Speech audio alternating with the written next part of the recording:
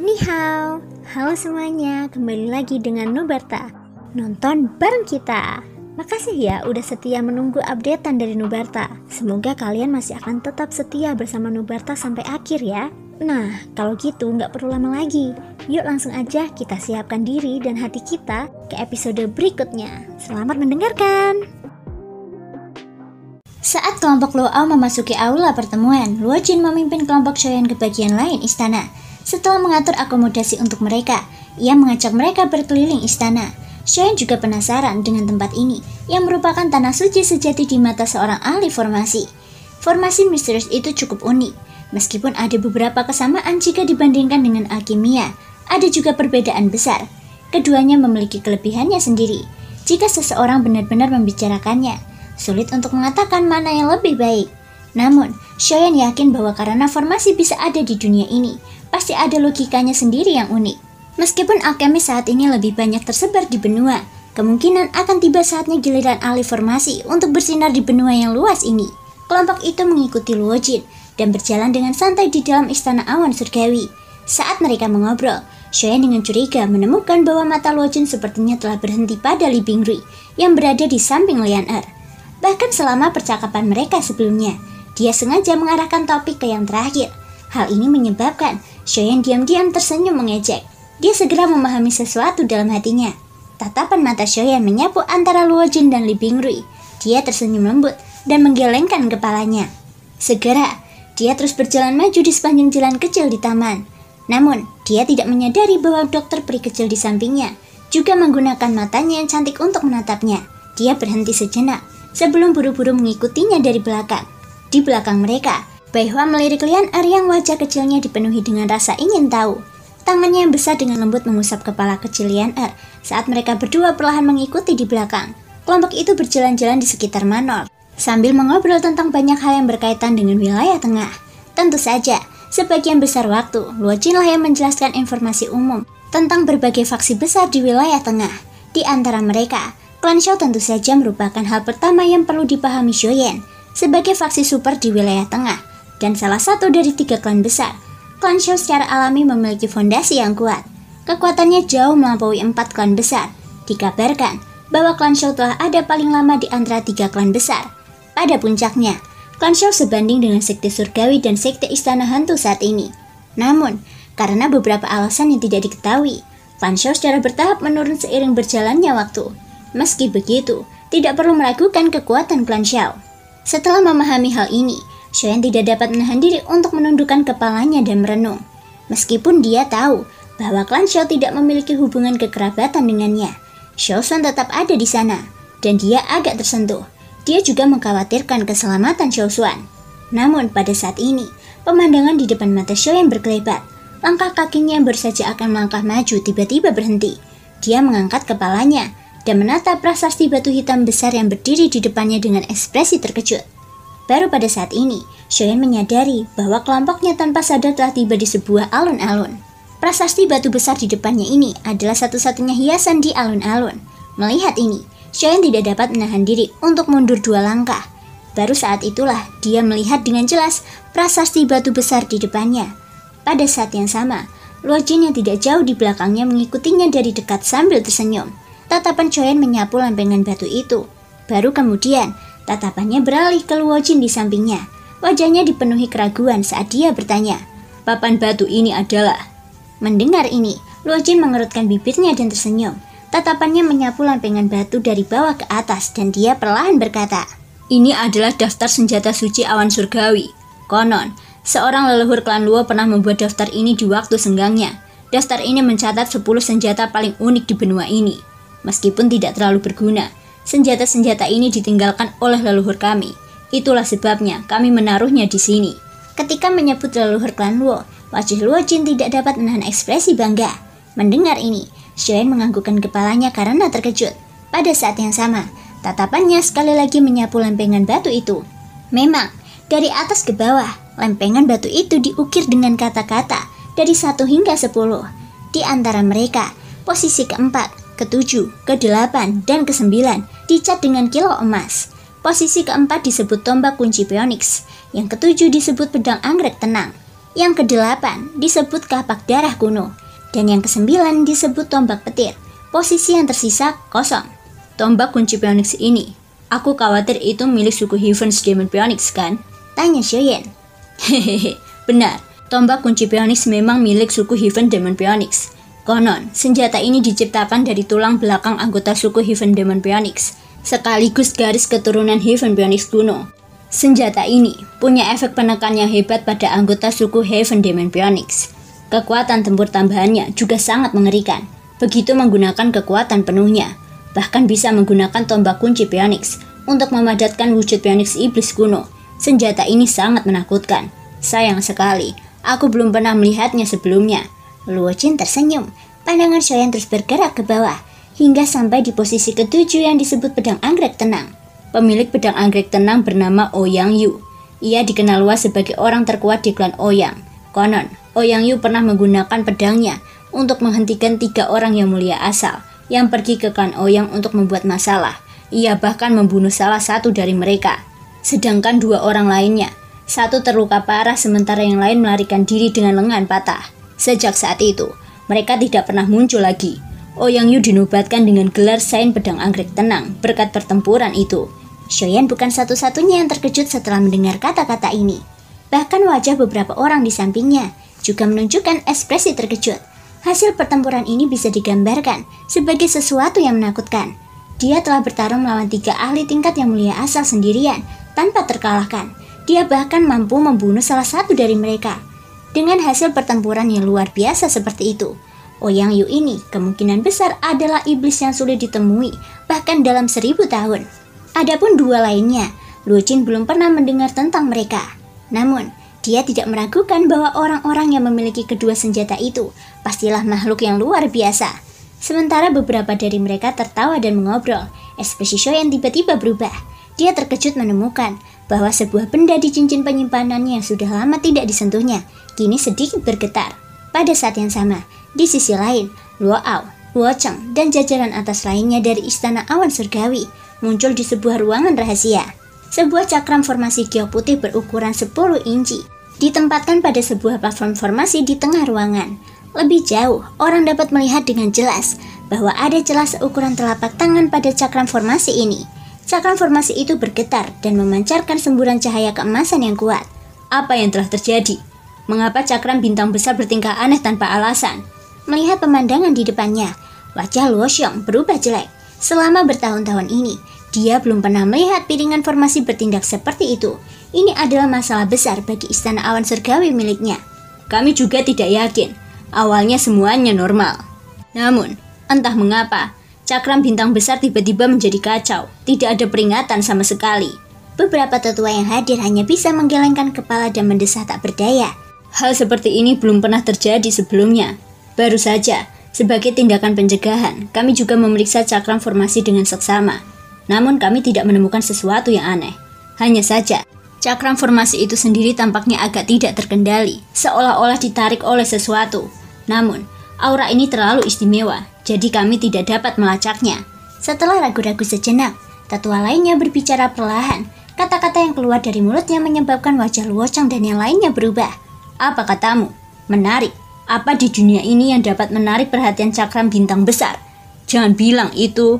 Namun sebelum suara Luo Cheng terdengar, Luo Xiong, Luo Hao, dan Luo Ao tiba-tiba berbicara. Pecahan itu. Mereka langsung memikirkan sesuatu di hati mereka. Pada saat yang sama, ekspresi di wajah mereka menjadi sangat panas pada saat ini. Cakram bintang besar adalah harta karun dari Istana Awan Surgawi. Selama bertahun-tahun, setengah dari alasan mengapa Istana Awan Surgawi dapat memiliki prestis dan status seperti itu di wilayah tengah adalah karena cakram bintang besar. Bahkan 7 pahlawan klan Wo yang terkenal di luar harus dikaitkan dengan cakram bintang besar. Cakram bintang besar adalah piringan formasi yang dibuat oleh seorang leluhur dari Istana Awan Surgawi selama sisa hidupnya. Itu adalah piringan formasi tingkat 9 dan dapat dikatakan sebagai piringan formasi tingkat tertinggi dan paling berharga di benua. Jika diaktifkan sepenuhnya, piringan itu bahkan dapat melawan seorang ahli di tingkat orang suci. Namun, benda yang menentang surga seperti itu telah dihancurkan oleh seorang penjahat. Meskipun Istana Awan Surgawi telah mencoba yang terbaik untuk melestarikannya, mereka telah kehilangan satu sudut piringan formasi. Sudut yang hilang inilah yang sangat mengurangi kekuatan cakram bintang besar. Bahkan jika itu dapat digunakan sekarang, kekuatan piringan formasi itu hanya sebanding dengan seorang ahli yang mulia asal. Sekarang, cakram bintang besar yang telah terbenam di tempat ini selama bertahun-tahun, tiba-tiba mengalami perubahan yang tidak biasa. Situasi ini, selain dugaan tetua, menyebabkan Luo Xiong dan yang lainnya segera mengaitkannya dengan pecahan cakram formasi yang hilang. Jika dia dapat menemukan dan memperbaikinya, maka cakram bintang besar akan dapat kembali meraih kejayaannya, dan kekuatan istana awan surgawi secara alami juga akan meningkat. Dengan begitu, posisi istana awan surgawi di antara 4 kekuatan besar di perbatasan wilayah tengah akan sepenuhnya stabil. Sejak saat itu, tidak ada seorang pun di wilayah tengah yang berani meremehkan istana awan surgawi. Akan tetapi, meski memang itu keinginan dalam hatinya, di manakah pecahan itu sekarang? Mengingat pikiran Luo Xiong dan yang lainnya, mereka tentu saja langsung teringat pada kelompok Shoyan. Seketika, selain Luo Ao, ekspresi 3 yang lainnya menjadi sedikit aneh. Beberapa saat yang lalu, mereka masih berdiskusi apakah akan meminta kelompok Shoyan untuk meninggalkan istana awan surgawi. Namun dalam sekejap mata, pikiran mereka kembali lagi ke kelompok ini. Jika mereka tidak salah, pecahan cakram formasi itu memang ada di kelompok Shoyan. Kepala istana, tetua pertama, bagaimana menurutmu kita harus menangani masalah ini? Luo Ao merenung sejenak sebelum menatap Luo Chang dan Luo Xiong di depannya dengan ekspresi mengejek. Sekarang, masalah ini kembali lagi kepada mereka berdua, masih sama seperti sebelumnya. Namun, kali ini tawar-menawar ada di tangan Shoyan. Ekspresi wajah dua Luo Chang sedikit tidak wajar ketika mereka mendengar ini. Mereka tidak menyangka bahwa takdir di dunia ini ternyata sangat kebetulan. Hal yang selama ini mereka cari sebenarnya ada di dalam kelompok orang ini. Sepertinya istana awan surgawi kita akan melindungi kelompok Shoyan. Pada akhirnya, Luo Xiong masih tersenyum pahit dan menganggukkan kepalanya. Ketika kata-kata ini diucapkan, dapat dikatakan bahwa keputusan Luo Chang telah diputuskan. Para tetua lainnya yang hadir tidak tahu banyak tentang kelompok Shoyan dan sedikit bingung ketika mereka mendengar ini. Namun, mereka dapat merasakan dari kata-kata beberapa orang-orang ini bahwa masalah akan terjadi di istana awan surgawi. Pada saat yang sama, di sisi lain, setelah ragu-ragu sejenak, Shoyan membalik telapak tangannya dan mengeluarkan pecahan cakram formasi yang masih berdengung dan bergetar dari cincin penyimpanannya. Pecahan batu giok putih seukuran telapak tangan itu bergetar sedikit di telapak tangan Shoyan. Wajah Shoyan dipenuhi dengan kecurigaan.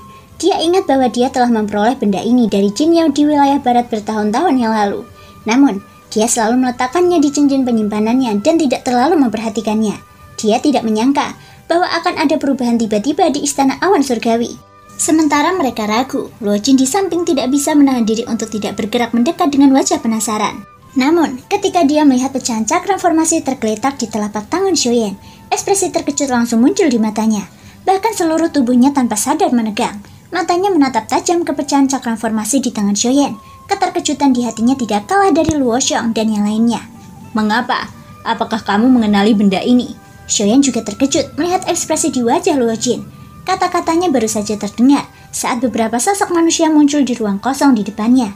Shoyan mengangkat kepalanya dan melihat bahwa itu adalah kelompok Luo Ao.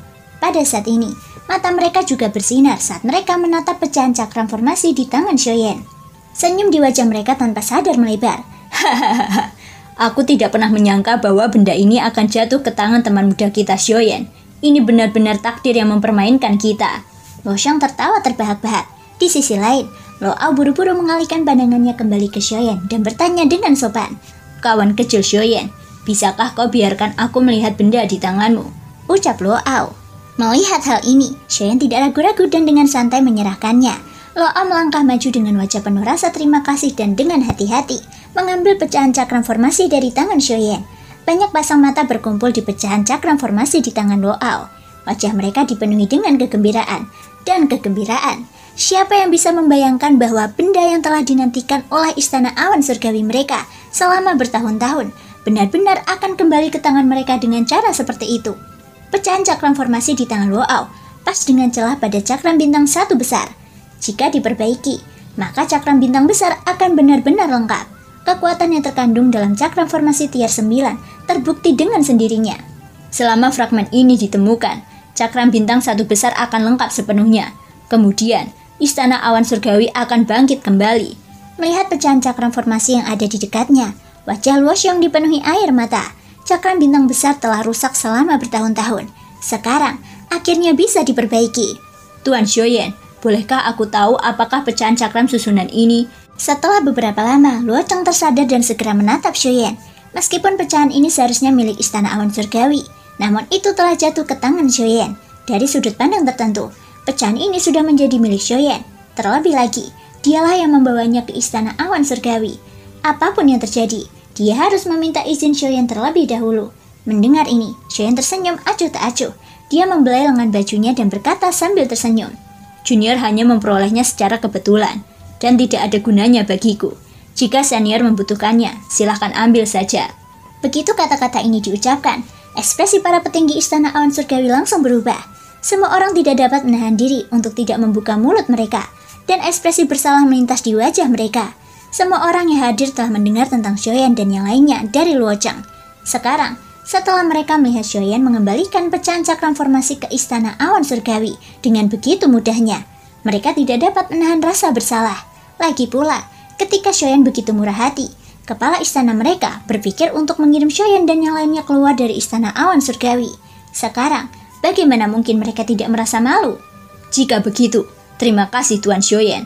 Setelah ragu-ragu sejenak, Luo Cheng benar-benar membungkuk kepada Xiaoyan dan menangkupkan kedua tangannya di depan semua orang. Di sampingnya, yang lain segera membungkuk dan menangkupkan kedua tangan mereka. Luo Ao tidak terkecuali. Di samping Xiaoyan, ekspresi Luo Jin tidak bisa tidak berubah ketika dia melihat pemandangan ini. Dia hendak membungkuk kepada Xiaoyan, tetapi Xiaoyan membantunya berdiri ketika dia berbalik. Segera, dia menangkupkan tinjunya ke kerumunan di depannya dan berkata dengan hormat, Aku khawatir junior ini tidak dapat menerima hadiah sebesar itu dari kalian semua. Para senior Luo Hao pernah menyelamatkan nyawa junior ini. Merupakan keberuntungan bahwa kelompokku dapat lolos dari cengkraman iblis.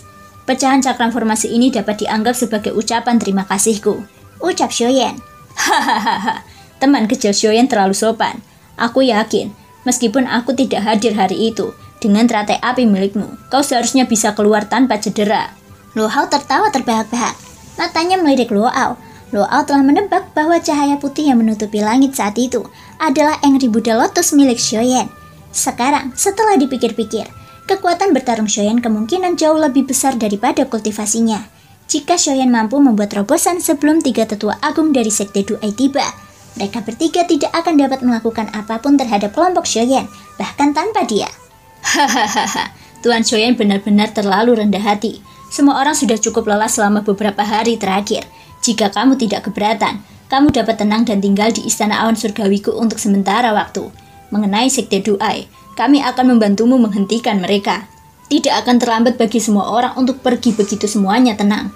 Bagaimana menurutmu? Kali ini, Luo Cheng berinisiatif untuk mengundang mereka. Terlebih lagi, kata-katanya sudah memperjelas pendiriannya. Pada saat yang sama, orang-orang lain di sampingnya juga menganggukkan kepala. Xiaoyan dan yang lainnya buru-buru membungkuk sebagai tanda terima kasih saat melihat ini. Gelombang tawa hangat segera terdengar di alun-alun. Setelah itu, Luo Cheng memperkenalkan para tetua lainnya kepada Xiaoyan dan yang lainnya.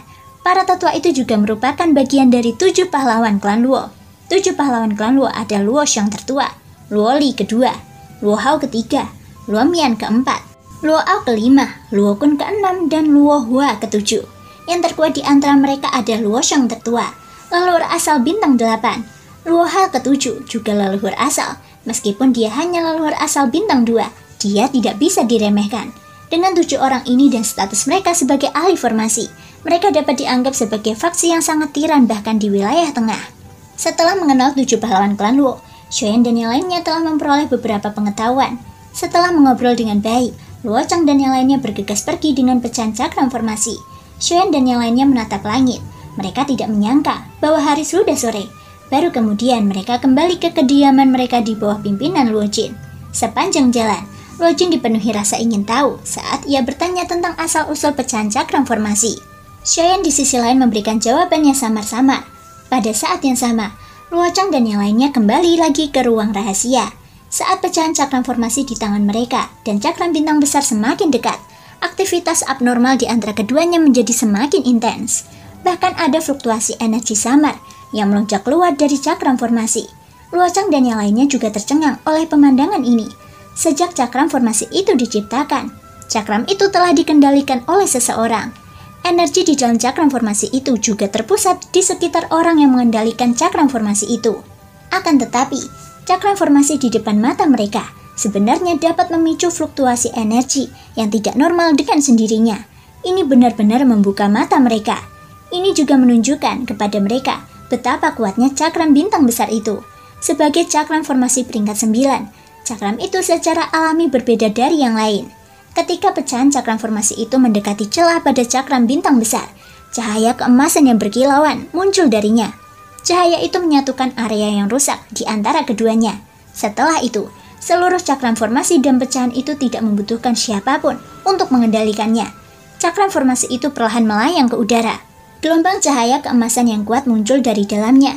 Cahaya yang menyilaukan menghubungkan keduanya. Bahkan Wocheng dan yang lainnya tidak dapat menahan diri untuk tidak menyipitkan mata. Hingga pada suatu saat, ketika pecahan formasi cakram dan cakram bintang besar bersatu kembali, seberkas cahaya yang menyilaukan tiba-tiba melesat ke langit. Dan dengan suara berdengung, ia memasuki lapisan formasi besar yang menyelimuti seluruh istana awan surgawi. Lapisan formasi tak kasat mata itu tiba-tiba melonjak pada saat ini. Dan lingkaran besar energi emas berkilauan dengan cepat menyebar hingga menyelimuti seluruh istana awan surgawi. Hampir pada saat yang sama, ketika cakram bintang besar dipulihkan sepenuhnya, di alun-alun di Manor, di atas lempengan batu hitam besar, lempengan batu kelima yang awalnya kosong pada saat ini, semburan cahaya keemasan perlahan muncul dan muncul. Sekilas, kata-kata bintang besar tertulis di atasnya. Tempat kelima pada peringkat senjata awan surgawi, bintang 1 besar. Terima kasih semua sudah mau mendengarkan dari awal sampai akhir. Sampai jumpa di episode berikutnya.